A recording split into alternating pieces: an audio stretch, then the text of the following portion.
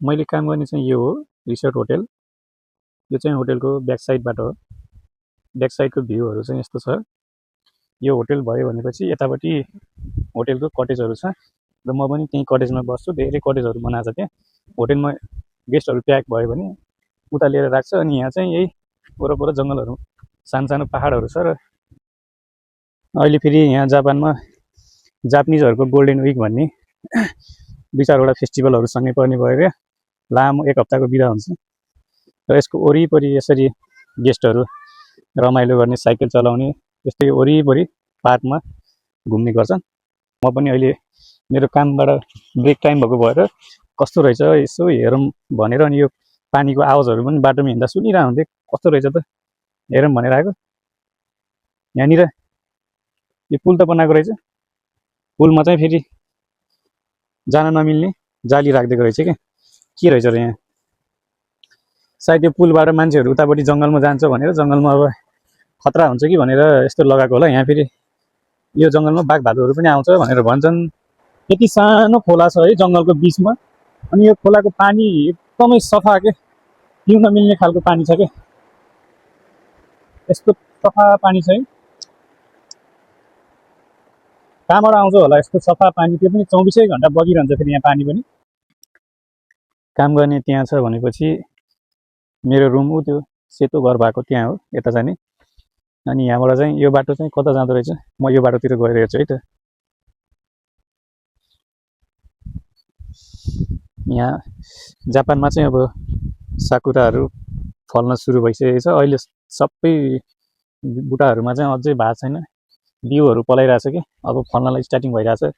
केही समयपछि एकदमै बवाल देखिन्छ है पुरै बिरुवाहरूमा लटरम्म कलर कलरको। यो चाहिँ लास्ट इन्डिङको गेट हो क्या हो। यहाँ चाहिँ लक लगाएर राखेको रहेछ। यहाँदेखि उतातिर चाहिँ झन् पुरै जङ्गल मात्रै हो। 4 घन्टा 5 घन्टा 10 घन्टा हिँडे पनि अगाडि चाहिँ जङ्गल मात्रै हो। यो चाहिँ लास्ट इन्डिङ रहेछ यहाँको। यो के रहेछ यस्तो फलामको फोहोरहरू फाल्ने घर हो क्या हो। युज नगरेको भएर होला यो झ्यालहरू पनि फुटिसकेको रहेछ। तर अब यो गाउँ चाहिँ होइन, सबै कटेजहरू हो। पाहुनाहरू बसाल्नको लागि होटलको कटेज। यहीँ नै गेस्टहरू बसाल्छ। उता होटलमा फुल भएपछि टाढाबाट हेर्दा त यो मैले घर होला सोचिरहेको थिएँ, तर यो घर नरहेछ। पानी मात्रै पिउने, पानी पिउने ठाउँ रहेछ यो। यस्तो पानी आउँछ कि आउँदैन? पानी आउँदो रहेछ भने राम्रो डिजाइन बनाएको रहेछ पानी पिउने ठाउँको। म बस्ने यही घर हो अहिले। यहीँ बस्छु र म घरमा पुगिसकेँ। अब म घरतिर जान्छु होला। अब 2वटा बाटो छ कतातिर जाने। यतातिर पनि एउटा बाटो छ, यतातिर पनि यो यता माथिको यता देब्रेतिर जान्छ। फेरि अर्को त्यहाँ माथि पनि यो पनि बाटो हो। उता अर्कोतिर पनि जाने बाटो छ। यो चाहिँ मेरो घर।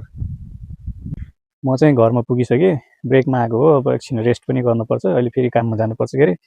अब यतातिरको चाहिँ म अर्को दिन यो 2टा बाटोतिर अनि यता माथितिर पनि जान्छु। आज चाहिँ यहीँसम्म गरौँ। यो चाहिँ भेन्डिङ मेसिन हो। जापानमा यस्तो हुन्छ हरेक ठाउँहरूमा जुसहरू यसरी खाने। यहाँ चाहिँ सुरुमा डलर पैसामा चाहिँ चल्छ कि। फेरि डलर पैसा यहाँ हाल्ने हो अनि मन परेको जुसमा क्लिक गरेपछि यहाँ तलबाट आउँछ, बाँकी पैसा यताबाट झर्छ। यही नै हो। मेरो रुमको माथि चाहिँ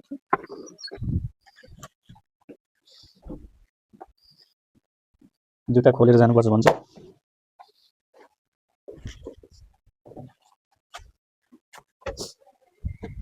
सब्सक्राइब गर्न चाहिँ नबिर्सिनु होला।